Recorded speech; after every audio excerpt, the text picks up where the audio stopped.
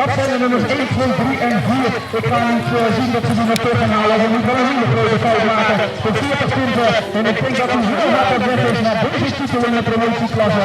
Paul Hendelij. 4 maanden in Boys, 4 in de meisjes, 4 5. Stefan Stijndel, Sven van Brummelen, Kajano van Flummeren, Kelly Norrie, Nick Smit, mevrouw Kiara Wageman, Jarno Castro en Mike Rox. Ja,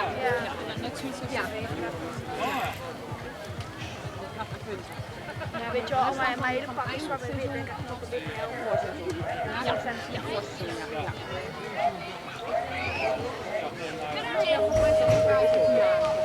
Hier zijn we vertrokken, kijkers naar heel voorzichtig, Mike Rox bedoelen, maar let op zijn achternaam, die van Rox kon het niet zoeken. En we gaan 4-4-8 Kiara Wageman. We zijn nog een beetje voorzichtig, de jongste denk ik natuurlijk ook nog in dit spel.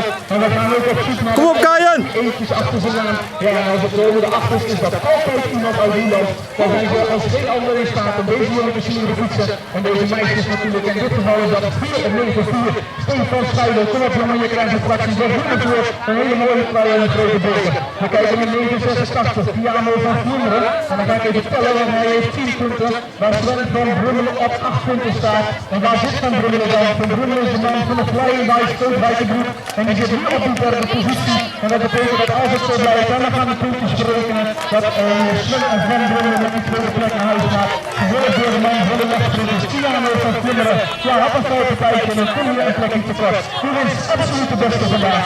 Stefan van Scheidel.